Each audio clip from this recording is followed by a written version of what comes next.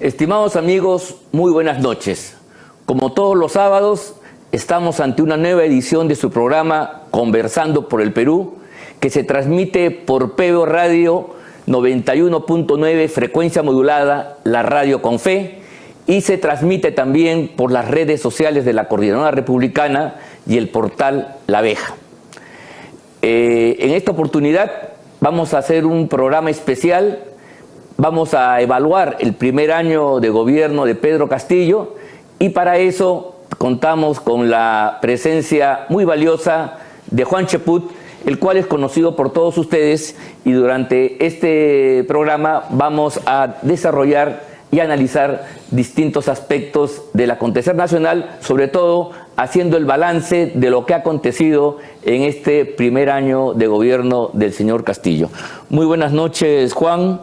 Bienvenido al programa. Este es un programa importante y entonces yo quería hacerte la siguiente pregunta. No tanto repetir lo que creo yo casi el 80% de peruanos sabe, que vimos un desastre y que el gobierno está hasta el cuello embarrado de actos de corrupción, sino preguntarte cuáles son las lecciones que los peruanos podríamos sacar de este primer año de Castillo. ¿Qué ha significado? ¿Qué debe significar y cómo ver el futuro? ¿Cuáles son las lecciones que deberíamos sacar al respecto? Muy buenas noches, Ángel. Un placer estar acá contigo. Mira, me parece muy interesante el fondo de tu pregunta, de que vayamos más allá del recuento. Que ya lo conocemos. Que ya todos los canales lo han hecho, todos los medios de comunicación, sino qué lecciones debemos de tratar. Porque la verdad es que creo yo que somos un país que no aprende de sus errores. Eso. Un país que, a pesar que ha sido condenado a una serie de frustraciones por el inmediatismo y por el excesivo afán por polarizar la situación de tal forma de convertir en buenos a uno y enemigos a otros, estamos viviendo la consecuencia de una perversa campaña en el año 2021 en la cual cualquiera podía ganar menos Keiko Fujimori. Sí, pues. Y no es una cuestión de ser keikistas ni fujimoristas, pues tú y yo hemos estado en la vanguardia de la lucha contra el fujimorismo. Cuando estaban en el poder. Cuando estaban en el poder y cuando eran fuertes. Cuando eran poderosísimos, claro, ¿no? Cuando Montesinos estaba en su apogeo, en el año 94, 95. No es cuestión de eso, sino es una cuestión de analizar los hechos. Pedro Castillo no surge de la nada. Pedro Castillo surge como consecuencia de una polarización en la cual tenía que ganar a como dé lugar para evitar que el fujimorismo llegue al poder. Entonces la gente, de manera irreflexiva, apostó por un ciudadano que no tenía ningún tipo de trayectoria, ninguna solvencia y que más bien tenía una serie de vínculos con Sendero Luminoso, con el Movadef y con la izquierda radical, sin analizar la consecuencia de sus actos. Ese solo hecho de que no analicemos la consecuencia de nuestros actos nos retrotrae a lo que conversábamos la vez pasada, a ese famoso libro de Luis Alberto Sánchez, Perú, retrato de un país adolescente, así es, en el cual Luis Alberto definía la inmadurez como esa incapacidad para ver qué logramos como consecuencia de lo que hacemos hoy. El cortoplacismo. En el cortoplacismo. Entonces el Perú apostó por Castillo y hoy día estamos padeciendo una involución social, un deterioro político y una catástrofe institucional. Claro. Ahora, es importante destacar y profundizar el análisis por qué surge Castillo. Porque, claro, hoy día es fácil cómo pasó, parece que fue un accidente, un rayo que salió pues en cielo claro, una tormenta que se desató de improviso. No, el análisis un poco más profundo creo que demuestra que se han ido creando las condiciones para que finalmente el electorado peruano, al cual algunos injustamente lo acusan de ser pues limitado, primitivo, electrotarado dirán algunos, ¿ya?, haya sido sometido a una suerte de estrés, depresión, donde intervinieron hechos reales como la pandemia, la crisis económica que provocó el pésimo trato que Lagarto Vizcarra hizo de la misma, y una campaña sistemática a lo Goebbels en Alemania de casi lavar el cerebro permanentemente a la gente y en todo caso dar una explicación de la precariedad de la existencia en función justamente a un conjunto de instituciones políticas republicanas, ¿no? Y hombres políticos también, hombres y mujeres políticos que, sin duda alguna, como toda obra humana tienen fallas, pero que fueron devaluados al extremo, de modo tal que la única salida posible era borrar el mapa, hacer una especie de fiat luz, una creación ex nihilo e inventar algo. Y como esos tipos de experimentos en la historia social de la humanidad siempre lleva pues a la arbitrariedad y a la sinrazón.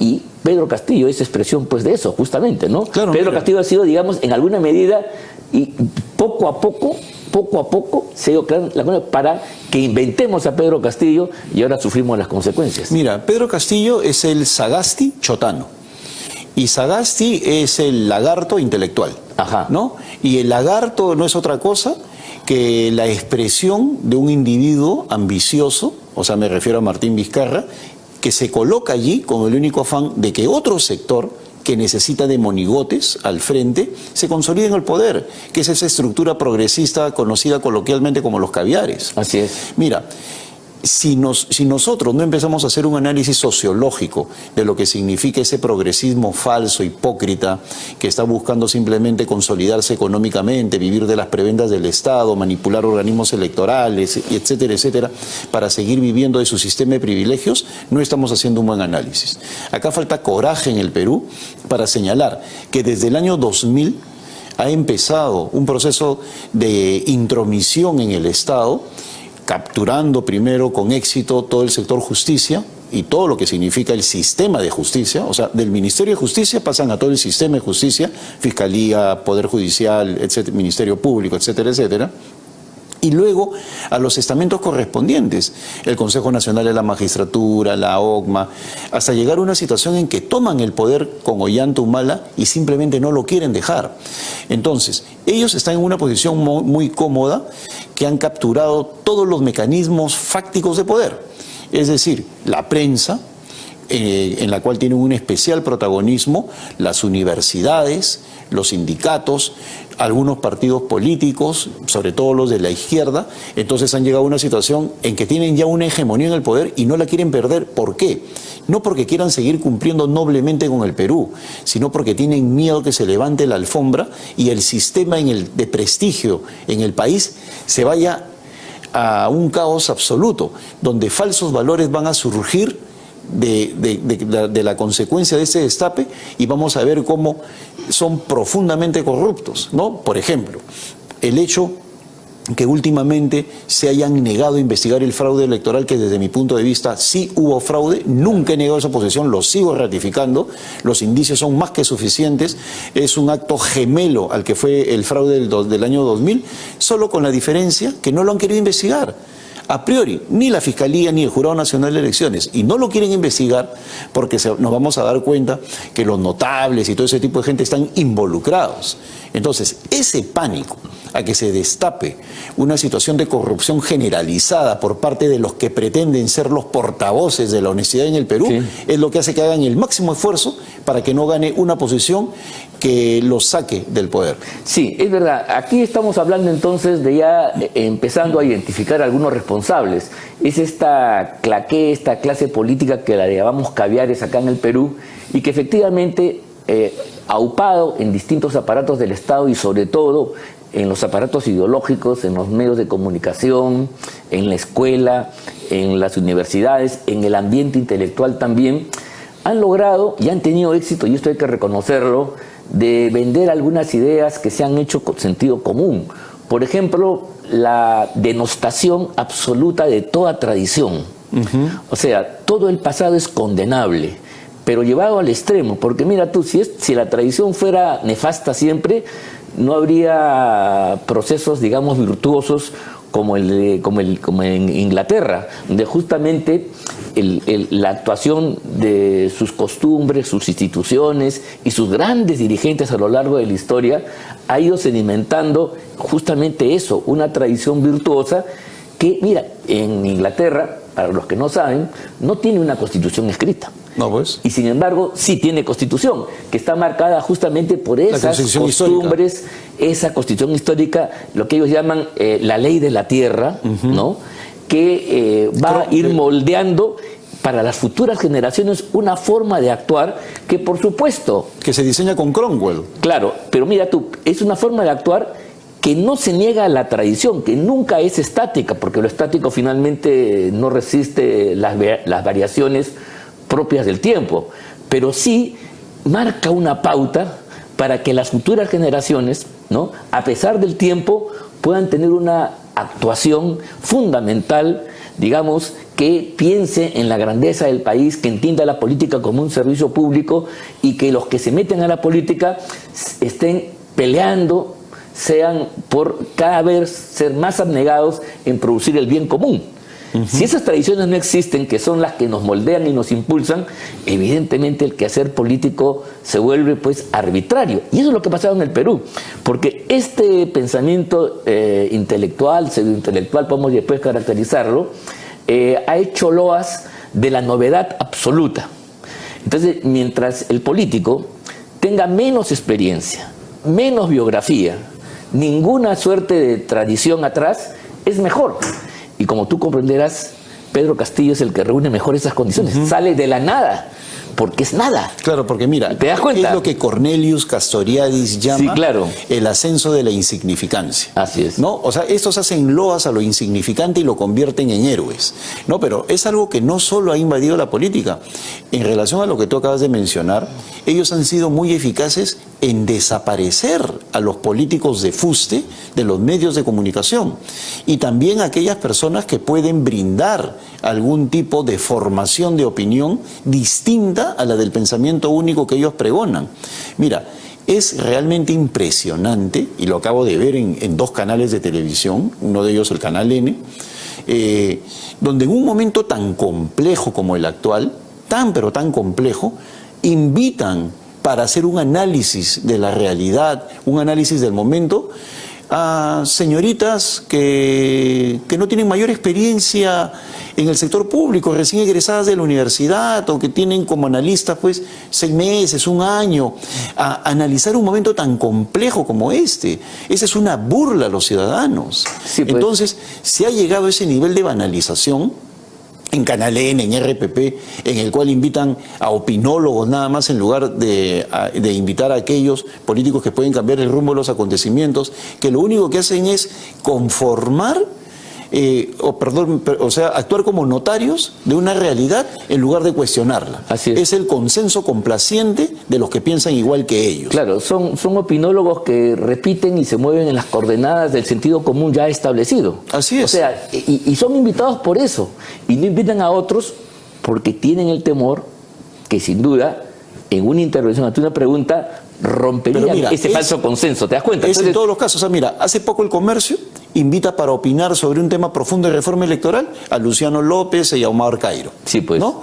Dos abogados, creo que Luciano López era penalista, pero ahora funge de constitucionalista. Sí, además que no tienen prestigio en la academia, hay que decirlo. No, y el otro señor es famoso por ser un adulón del señor Vizcarra, pero sin embargo tienen el monopolio.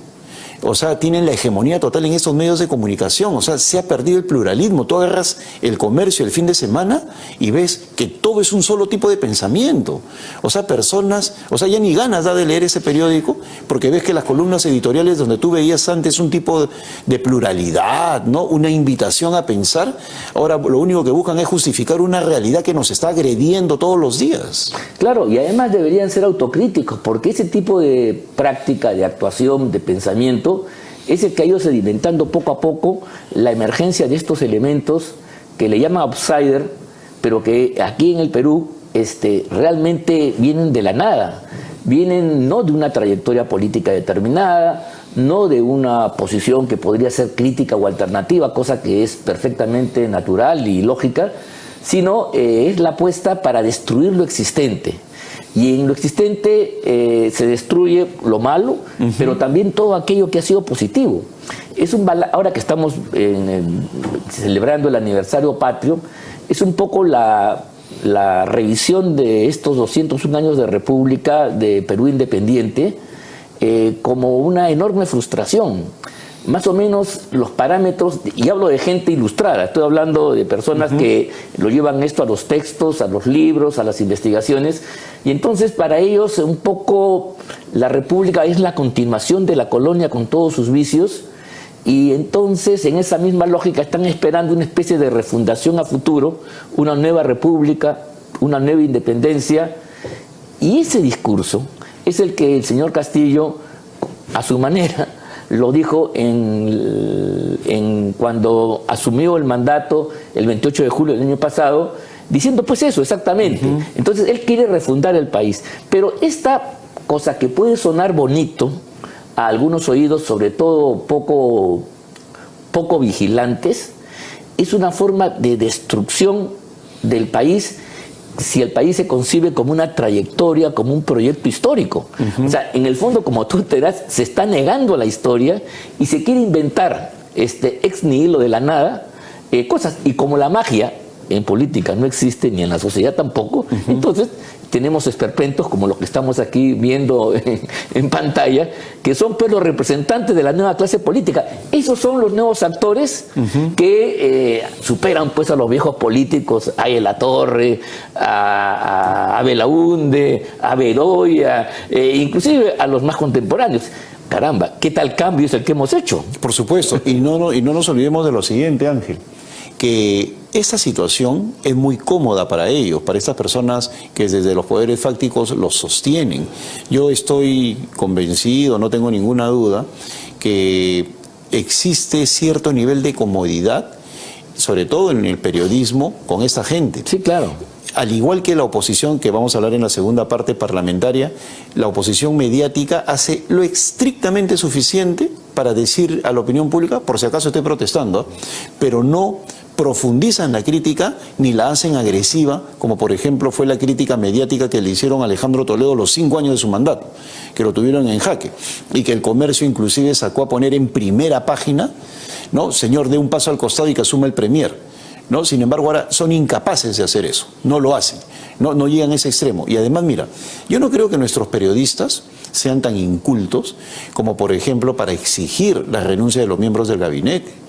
Cuando Boris Johnson cae en Inglaterra, como tú sabes, Boris Johnson se negaba a irse, dijo, ok, pongo mi cargo a disposición, pero no me voy. ¿No? Él tiene que dimitir como consecuencia de que sus ministros empiezan a renunciar uno tras otro, uno. Entonces, acá los ministros están sumamente cómodos con Pedro Castillo, no ha renunciado ninguno. Y no hay ningún llamado como había antes de los medios de comunicación a decir que renuncie al gabinete por lo menos para que este señor se quede solo. ¿Por qué? Porque están cómodos. Y han empezado una campaña para pedir que ese señor renuncie, en lugar de que el Congreso lo vaque, que renuncie, pero ¿para qué? Para que asuma Dina Boluarte.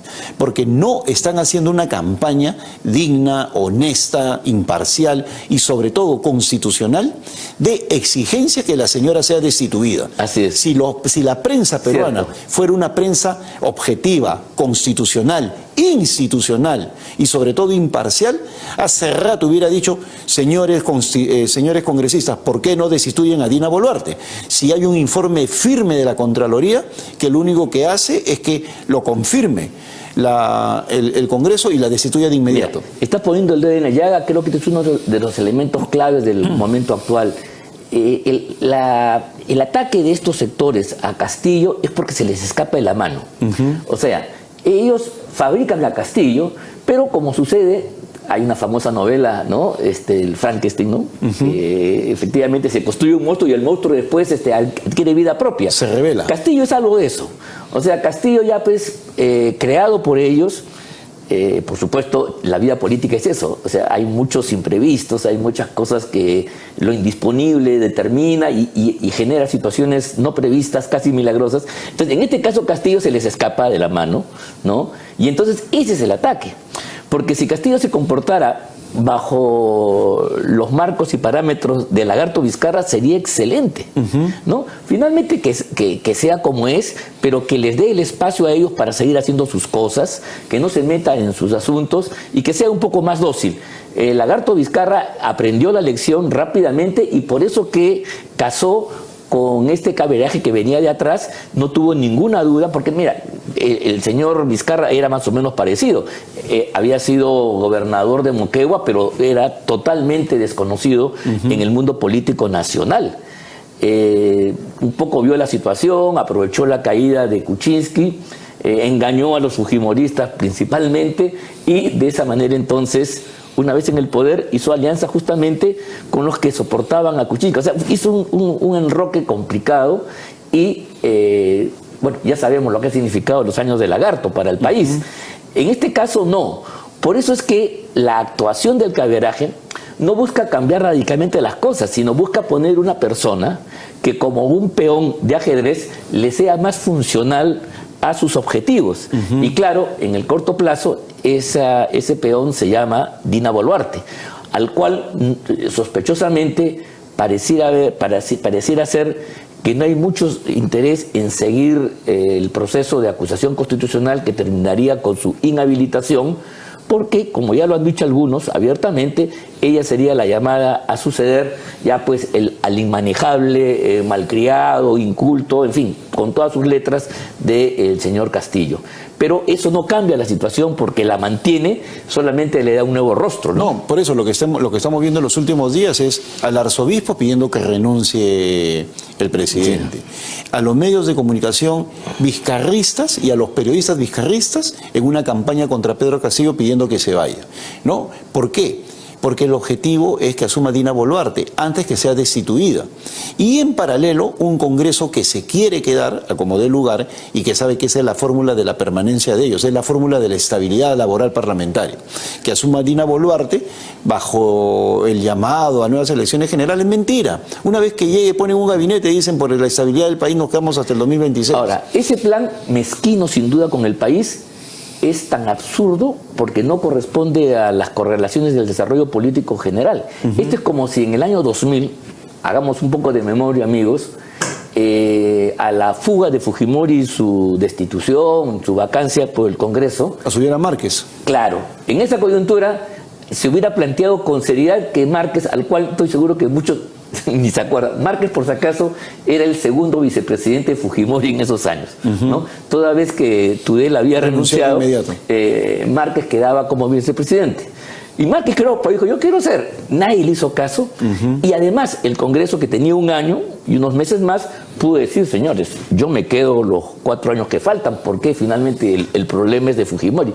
Pero en ese momento hubo una comprensión de que el problema no era solamente Fujimori, no eran los crímenes del presidente que había huido del país, sino un sistema que se había empobrecido, se había desintegrado, corrupto en esencia, abusivo, arbitrario, que no daba más.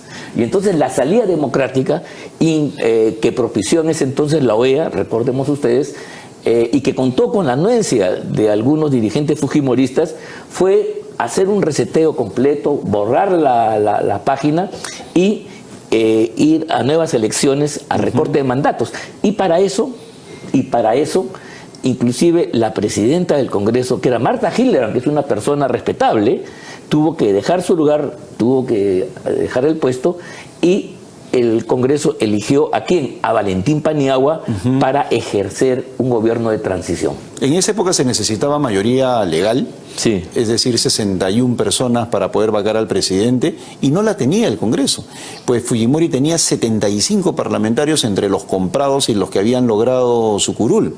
Pero sin embargo tuvieron el ejercicio de realismo político, ¿no? Que no tienen los actuales. Así es, ¿no? Y dijeron, tenemos que ir a la reducción de mandato y a convocar a nuevas elecciones. Y en la actualidad lo que hay es un deseo de estabilidad laboral. Yo creo que más o menos lo mismo. Mira, ya nos están avisando la producción, se nos acaba el tiempo, vamos a continuar en la segunda parte del programa, luego que pasemos a una interrupción para los comerciales. Nos vemos.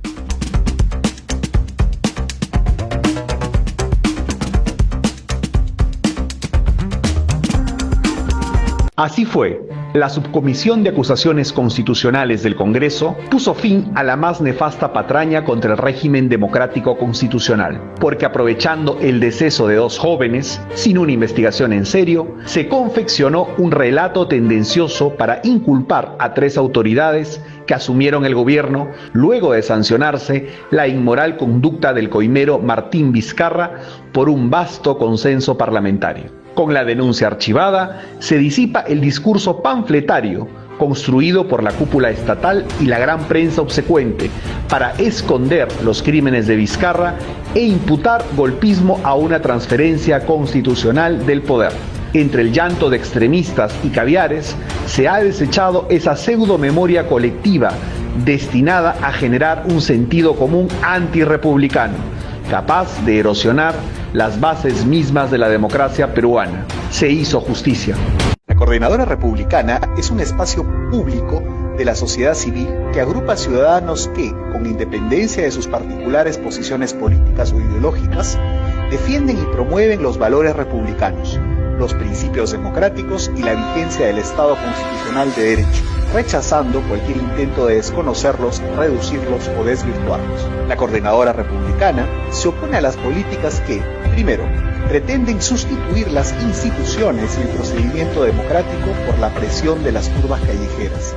Segundo, propician y alientan la nefasta práctica de judicializar y criminalizar la actividad política. Tercero, promueven un pensamiento único y totalitario, contrario a nuestra tradición, valores familiares y libertad de conciencia. La Coordinadora Republicana defiende los valores del Perú.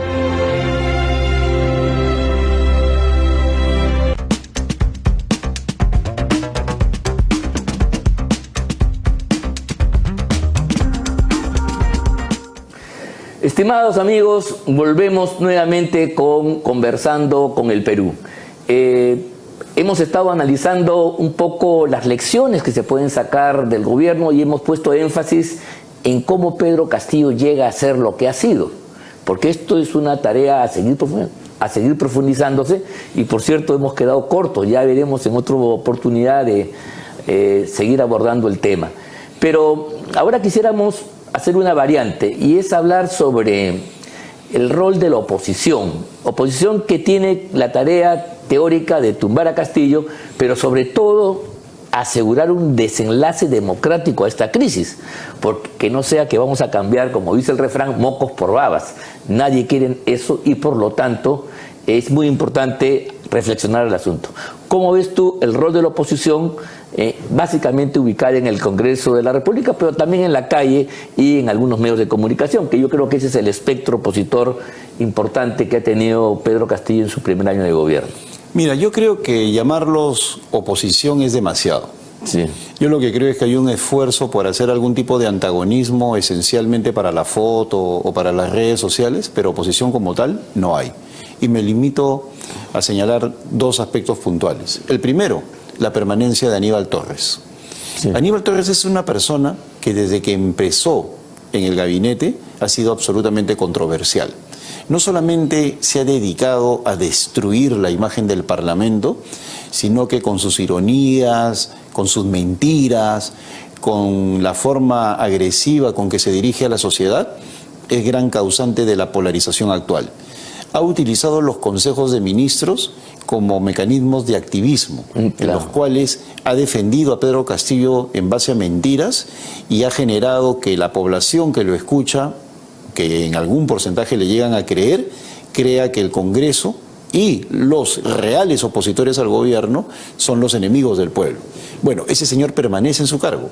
Ese señor ha sido interpelado. Como consecuencia de la interpelación no ha habido una moción de censura, es decir, el Congreso lo ha avalado cuando le dio la confianza y cuando lo interpeló y no lo cuestionó. Ese es uno de los elementos que prueba que no hay oposición. Y el otro, cuando vemos el presidente de la República cómo se desenvuelve con una serie de acusaciones en su contra y que en lugar de tener al frente un liderazgo firme de parte de los parlamentarios que realmente quieren impulsar una moción de vacancia, encontramos cosas tan lamentables como congresistas que dicen no hay pruebas, solamente hay indicios, o que asumen lo señalado por Benji Espinosa y utilizan sus propias palabras indicando solo son dichos, no hay hechos, ¿no? Ignorando por completo que el juicio político no requiere de pruebas. El juicio político, sí, claro, lo único que requiere son indicios y que se genere la percepción de que la persona que está al frente del país es indigno de ejercer el cargo. Y dígame si no es indigno el señor Pedro Castillo. Pero sin embargo, ante eso, son incapaces de conformar una oposición que al final es simplemente un grupo de personas que están meciendo al país, que están engañando al país con la figura de ser opositores, pero no lo son. Sí. Así de simple. Bueno, este es un tema fundamental porque, claro, hastiados de Castillo, la población, ustedes amigos que nos escuchan, también quieren preguntarse y saber por dónde están las salidas, y eso nos remite necesariamente a analizar el campo opositor, que, como bien has dicho tú, Juan, es variopinto y tiene varias cosas. Efectivamente, yo creo que hay una oposición que en el fondo no lo es y que quiere cambios para que nada cambie, el famoso gatopardismo, ¿no? Esa famosa frase, ¿no?, del italiano: en la noche todos los gatos son pardos. Entonces esa es la primera cuestión. Pero hay otro aspecto que también es importante señalar, es el grado de falta de experiencia, inoperancia, impertinencia, como por ejemplo, esto de plantear a comienzos de año, ¿recuerdas tú?, una moción de vacancia que ni siquiera fue conversada con la bancada de quien la presentó. Es un acto aventurero absoluto para quedar bien con la tribuna, en el mejor estilo del espectáculo, ¿no? Es un gesto, tiras una flor a la tribuna para que te aplauden. Y por supuesto, eso no tuvo ningún tipo de... Ni siquiera creo que llegó para ser tramitada, no tuvo los votos. Y la segunda también, porque conociendo que no había votos, insistió en algo que iba a pérdida. Resulta que, de esa manera, instituciones que provee el sistema constitucional para poder resolver este tipo de asuntos y librarnos de la pesadilla de Castillo, se devalúan. Se devalúan por el mal manejo, por la inoperancia, por el afán de figuretismo y cualquier otra consideración que no es el interés nacional. Entonces, hoy que, por ejemplo, debería presentarse ya no una, sino varias mociones de vacancia, están que se mueren de miedo porque tienen el antecedente, el fardo pesado de la mala experiencia pasada. No, y sobre todo la mochilaza que significa que ya hay dos, mociones fracasadas, y por lo tanto esta sería la tercera. O sea, cuantitativamente ya hicieron tremendo daño, claro. Hicieron un tremendo daño. Así es, pues. ¿Por qué? Por el figuretismo. Y es igual, ¿no? Mira, esa expresión vulgar de presentar 4 postulantes a la mesa directiva. Ese es un tema que vamos a analizar. ¿No? Que es otra demostración, pues, de la forma como se comporta esta oposición, una oposición de juguete, que en la práctica no ha hecho fiscalización. Mira, yo tuve la oportunidad de hablar con varios parlamentarios, no con uno, con dos, con varios, y en otra oportunidad, en un evento que hubo en Miraflores, que César Hildebrand destapó como un evento clandestino cuando había sido con invitaciones abiertas, claro. ¿no? Yo dije, formen una megacomisión. ¿Por qué? Porque los hechos de corrupción son de tal magnitud y tan numerosos que en lugar de tener una comisión dedicada a este tema o comisiones especiales como tienen en estos momentos para tener economías de escala, contratar asesores más valiosos, no compactar todo en un solo grupo, formen una mega comisión. ¿Qué respondieron los parlamentarios? Muy bien, pero luego surgieron un par de parlamentarios que dijeron no, eso se hace pero para el pasado. ¿Para el pasado? Por favor, ¿acaso no es cierto que nunca se ha investigado en el pasado a los presidentes y sí lo está haciendo esta fiscalía? Entonces, ¿por qué remitirse al pasado para justificar una inacción actual? Una megacomisión sería lo mejor para que de esa manera se pueda colaborar con la Fiscalía en la profundización de datos, ¿no? Y el Congreso se convierte en justo complemento de una Fiscalía que está haciendo bien su trabajo con Patricia Benavides. Sí, por supuesto. Pero, sin embargo, no quisieron hacerlo. Y mira los resultados. El general Williams, al frente de la Comisión de Defensa, no encuentra culpa ni en Pacheco, ni en Castillo, ni en nadie por el tema de los ascensos. Pasan los días y sale un chat, o salen chats indicando de que Castillo sí recibió los $20.000 o sí estuvo metido en el tema de vender los ascensos a $20.000, etcétera, etcétera. Y no encontraron nada. Y así por el estilo. La Comisión de Fiscalización ahora va a paso de tortuga. Y entonces es una oposición que no hace control político porque permite que haya ministros como Aníbal Torres, que no cuestiona al presidente como debe ser, que no avance en las denuncias constitucionales. Estoy firmante de una denuncia que empezó hace... En febrero. En febrero.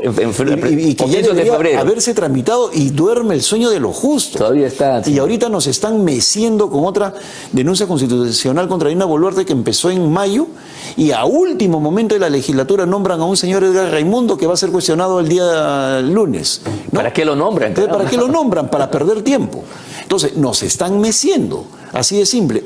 Mira, la cosa debe quedar tan clara como lo siguiente. Si Pedro Castillo sigue haciendo lo que se le da la gana, es por culpa de un Congreso que no cumple con su trabajo. Así de simple. Así de simple, y yo creo que esta es una idea fundamental que hay que recalcarla para poder exigir al Congreso que cumpla su deber, sobre todo aquellos que se reclaman de la democracia. Miren, quienes se reclaman de la democracia en serio no pueden arriesgar a que el Congreso de la República quede en manos del oficialismo. Y la verdad es que la semana pasada, sí, pues el día que se votó la renovación de la mesa directiva, se puso en riesgo la posibilidad de que el Congreso se escapara del campo de las fuerzas democráticas y cayera en manos del oficialismo. ¿Por qué? Porque en lugar de mantener la correlación de fuerzas que permitió el año pasado, primero llevar a la presidencia a Mari Carmen Alba y con Mari Carmen Alba hacer una resistencia que yo creo que ha tenido éxitos importantes en frenar los arrestos del castillismo, sobre todo cuando estaba en su etapa inicial. Creo que eso es importante decirlo.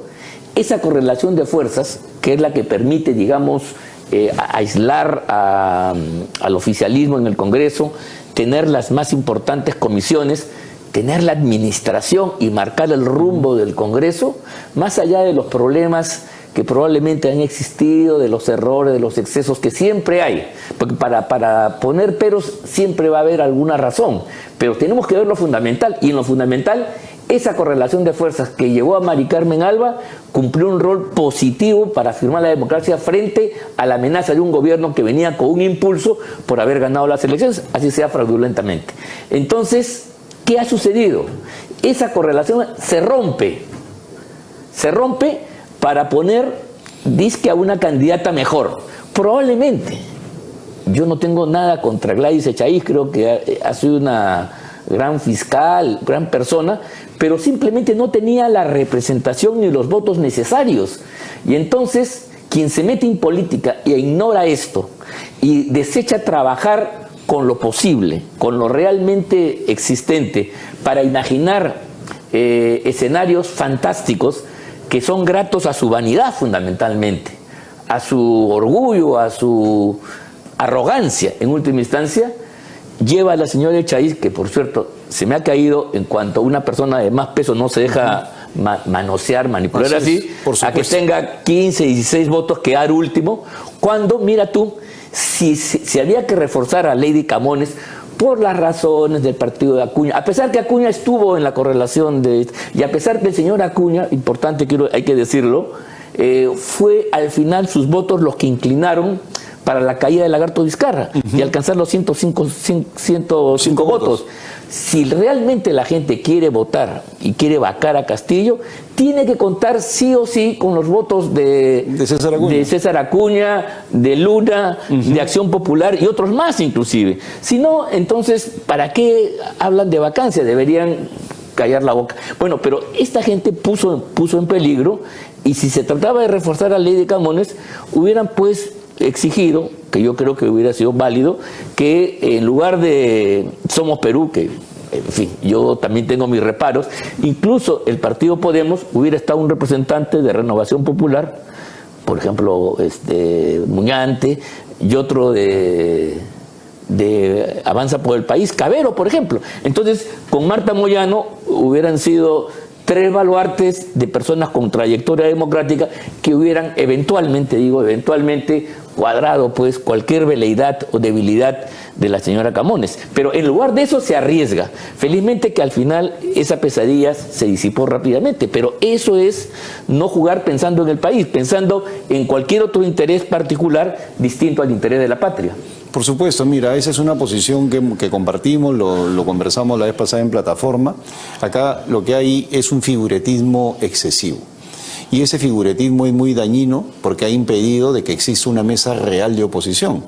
Yo estoy completamente de acuerdo con lo que acabas de señalar, de que 1000 veces preferible era la presencia de Avanza por el País y de Renovación Nacional en la mesa actual, en lugar de Podemos, claro, ¿no? Y de Somos Perú, porque no solamente son personas que han llegado a la mesa sin ningún mérito, como la señora Digna Calle, que no la conocemos, que ni la conocemos, pero es conocida porque es esposa de un financista del partido Podemos, ¿no? Y el señor de Somos Perú, que nadie sabe su trayectoria política, pero que son oficialistas en el fondo. O sea, es una mesa la mitad de cuyos componentes o conformantes son oficialistas, porque Podemos y Somos Perú vienen votando con el oficialismo, tienen ministros, el señor Salas es de Somos Perú, ya nos hemos olvidado de eso, claro, pues, Alejandro Salas. Y eso lo han dejado los otros pasar. Y es el vocero, pero estos señores, Alejandro Cabero, Adriana Tudela, que querían ser a todas luces candidatos junto con Gladys Echaíz, la han mangoneado a la pobre señora, que yo también estoy convencido que es una digna jurista, sí, claro, pero políticamente se ha comportado muy mal, sí, y ni siquiera ha obtenido los 20 votos de la bancada, de las dos bancadas. Claro, o sea, ha tenido menos 16 votos de los esperados. Así es. Entonces, ni siquiera. Y además, mira, ignoran un principio elemental en política.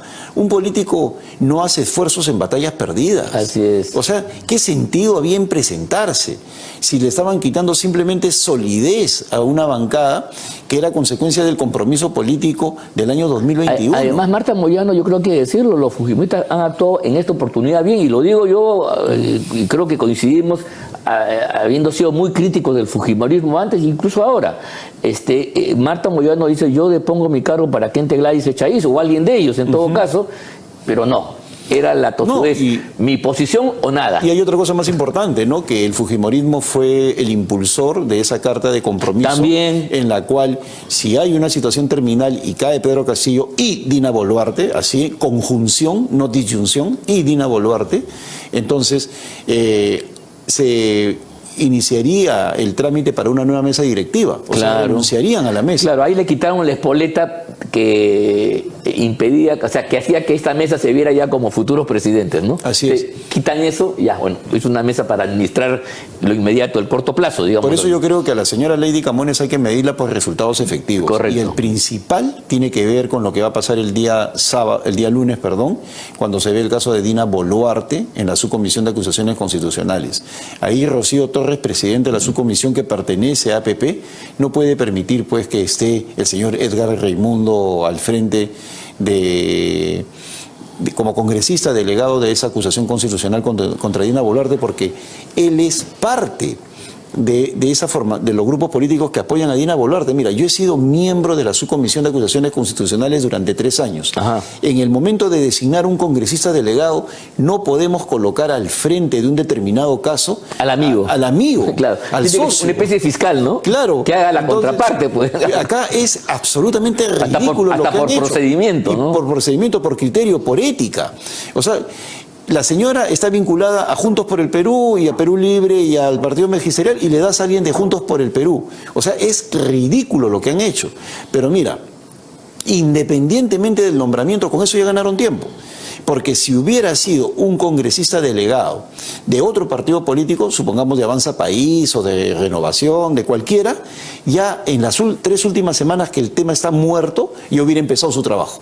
Claro. Pero ya pasaron 3 semanas y recién el día lunes se va a ver ahora, si es o no es. Si me permites, este es un tema que además, a diferencia de otros donde hay que hacer una investigación más profusa, aquí el trabajo lo ha hecho la Contraloría. O sea, el hallazgo lo ha hecho la Contraloría, no el Parlamento, no la prensa, sino lo ha hecho la Contraloría. En consecuencia, de acuerdo a la propia ley, los hallazgos de Contraloría tienen el carácter de prueba preconstituida. En consecuencia, la fase de investigación de los detalles ya está hecho en lo fundamental por el órgano constitucionalmente adecuado para llevar a cabo la tarea. Lo que tiene que hacer el Congreso es evaluar eso y ver el grado de sanción que impone, ¿no? Mira, es más fácil, pues. Yo no puedo desclasificar lo que sé, ¿no? Obviamente algún día lo escribiré, pero yo sé perfectamente de todo lo que hicieron desde el oficialismo para evitar que sea admitido este tema en la Subcomisión de Acusaciones Constitucionales. Sé con nombre y apellido todo.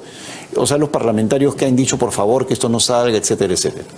¿No? Obviamente la reserva del caso porque soy un caballero, claro. Pero han hecho lo imposible. Claro. Y los del equipo técnico que se mantiene a lo largo de los años dijeron con absoluta claridad, es imposible detener esto. Imposible, claro. O sea, constitucionalmente es una denuncia impecable. La ha hecho la Contraloría. Y mira, y ahí viene lo siguiente, ¿no? Tú ves en los medios de comunicación a abogados que mienten, que van en contra de la Constitución con una facilidad y con un nivel deplorable, impresionante, y no se les dice nada. No, que eso no es constitucional, que está en contra del Estado de Derecho, que vamos a acudir a la Corte Interamericana. O sea, en este país se miente de una manera escandalosa. Cuando conversamos con nuestro querido amigo Tito Borea, sí, estamos asombrados de la forma como estos abogados, pues, deforman el derecho, sí, y el derecho constitucional, sí, y plantean posiciones que como no hay antagónicos, como no hay polémicas, como no te invitan a ti, no invitan a Tito, sino invitan solamente a una parte, pueden hablar lo que se le da la gana. Sí, con impunidad. Con impunidad. Sí, pues. Y la gente dice, de verdad, puede es ser, cierto, claro, no puede claro ser. Con absoluta impunidad. Es parte de ese deterioro que hay y que está generando, pues, una situación de destrucción de la institucionalidad en el Perú increíble, ¿no? Si no, mira, la infracción constitucional de la señora Boluarte es objetiva. Está plasmada en el artículo 126 de la Constitución. No requiere mayor análisis ¿Tú conoces ni interpretación. A Daniel Maurati, ex ministro de Trabajo. Claro, es un gran amigo mío. Sí, lo conozco, un querido amigo. Sí, lo conozco, claro. Y Daniel me decía hace poco, ¿no?